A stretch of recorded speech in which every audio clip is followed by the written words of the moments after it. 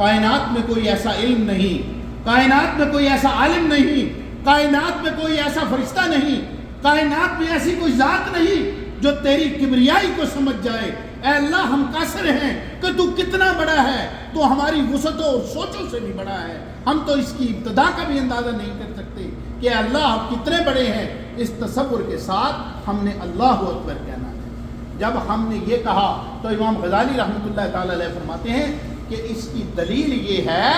کہ اگر یہ بات تیری روح میں اتر جائے، اگر تیرا جسم اور روح اس کو تسلیم کر لے کہ اللہ سب سے بڑا ہے، اس دن جان لینا کہ تیرے نماز میں کوئی خیال نہیں آئے گا، کوئی خیال تجھے تنگ نہیں کر سکتا۔ اب اللہ اکبر کہنے کے بعد جو کیفیت امام غزالی رحمۃ اللہ تعالی علیہ فرماتے ہیں ہونی چاہیے، وہ یہ ہے کہ تو اس طرح اللہ کے سامنے کھڑا ہو جیسے تو اللہ کو دیکھ رہا ہے۔ اور اگر یہ نصیب نہ ہو سکے، اگر یہ کیفیت نہ مل سکے، تو یہ کیفیت تو ضرور ہی ہو کہ اللہ مجھے دیکھ رہا ہے، اللہ مجھے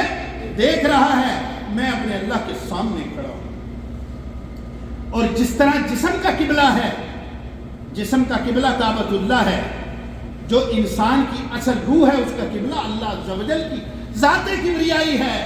جس طرح ظاہری طور پر قبلہ سے رخ بدلنے سے نماز باطل ہو جاتی ہے، اسی طرح بزرگ فرماتے ہیں کہ اگر آپ ڈاکٹر صاحب نماز میں کھڑے ہو کے مریضوں کی دوائیاں بنا رہے ہیں، کسی کو انجیکشن لگا رہے ہیں، اپنے ہسپتال کو بڑا کرنے کی فکر میں کھڑے ہیں، تو جان لے کہ اس نے اللہ اکبر ابھی اس کے حلق سے نیچے نہیں اترا، ابھی وہ زبان کی ٹپ پر ہے، اس نے گھر نہیں کیا، اس کی وہ کیفیت نہیں بنی ہے۔ اور جس وقت انسان آ کر اللہ کے سامنے کھڑا ہو جاتا ہے تو اس کی کیفیت امام غزالی رحمۃ اللہ تعالی علیہ فرماتے ہیں ایسے ہونی چاہیے جیسے ایک غلام ہو جو اپنے آقا کی غلطی کر کے بھاگ گیا